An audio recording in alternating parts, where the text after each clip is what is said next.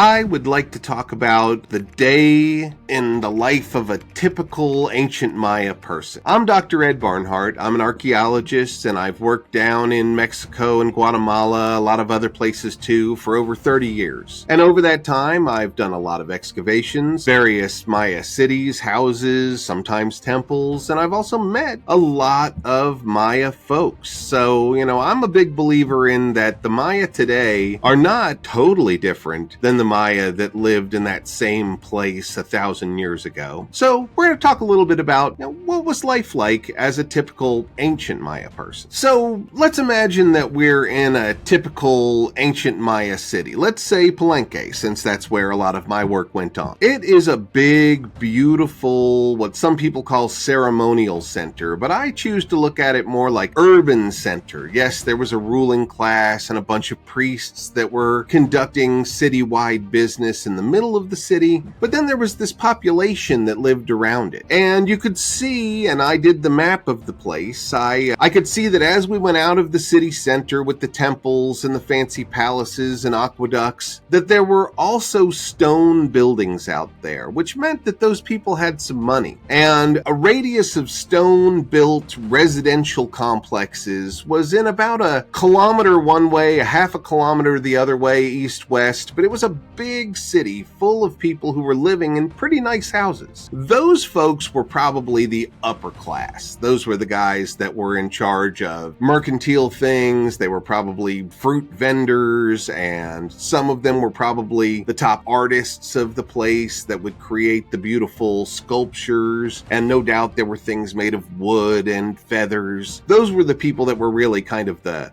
today's world job creators. And then the other people were mostly farmers, but they interacted in the city. We know that there were multiple markets, and they would go in there on a daily basis for what they needed, or perhaps to trade, or perhaps to go give their stuff to some guy in a fancy stone house where they lived maybe 3 kilometers out, and they'd live in a thatch hut. But it was still a nice place, and they kept them very fastidiously clean. There was usually compounds of multiple houses around a central courtyard where the family would do their daily activities, and maybe out there they would be farmers, and the wife was maybe a potter, so she would stick around the house and make pottery. And on market days they'd go into the city and see their friends, maybe get some lunch, and then try to sell some of their pottery at one of their friends' stalls. So I think it was a very interactive place, and not totally different than today. People had their own job they went to, they had some cottage industries at home that they would do. Maybe they'd teach their kids, and they'd all sit around and weave some nice things and then bring them to the market for barter and sale. It was a vibrant community, and day to day they really didn't worry that there was someone coming to attack the city. In the average good times of classic Maya society, day-to-day world was pretty peaceful. Especially if you lived in a city, you had the protection of all those other citizens and the weight of the people in the city center, the king and the priests and their military class. But day to day, people didn't worry about fighting. They were mostly worried about how their crops were going, or maybe they were going to go meet their friend in the market for lunch. Okay, a typical day in the life of a Maya person who was living in Palenque 1,500 years ago. Well,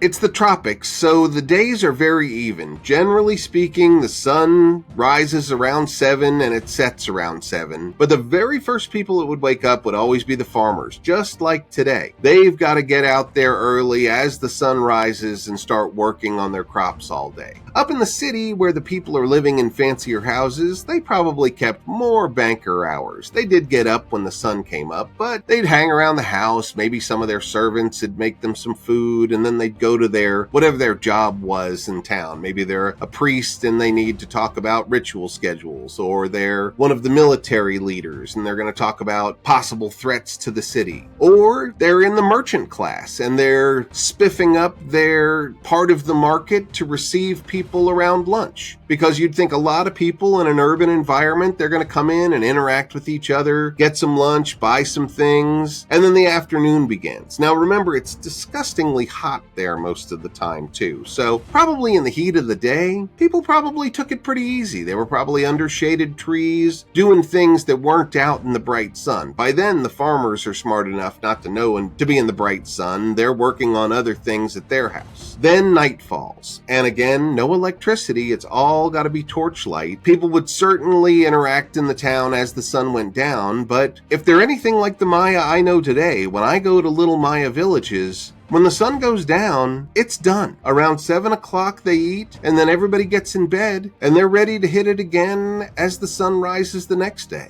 In our modern world, the school schedule is such a big thing for families. Every kid goes to school, and so it's a question. Did the Maya go to school? Was that what their kids did? Well, some of them did, definitely. We know that the elite members of society went to special training. They had tutors. They were trained in things like hieroglyphics and mathematics, and of course, religion, war, politics. They were the polished leaders. But the average Joe Maya learned the things that he needed or she needed to know from within their extended family group. They learned how to farm from their dads. They learned how to weave from their moms. They learned how to cook from their moms. There was very much, just like all over the world, the home, domestic things are the realm of the wife and the mother. So a lot of those things, daughters would stay close by their mom's side and they would learn everything. They'd learn how to make tortillas and they'd learn how to make things like pottery. But the men would go out with their dads and they'd learn how to hunt and they'd learn how to farm and they'd learn basically everything they needed for a good life. And so the majority of Maya did not go to something that we would call school, but that does not mean that they were ignorant or uneducated. They were educated by their family in exactly what they needed to pass on to the next generation.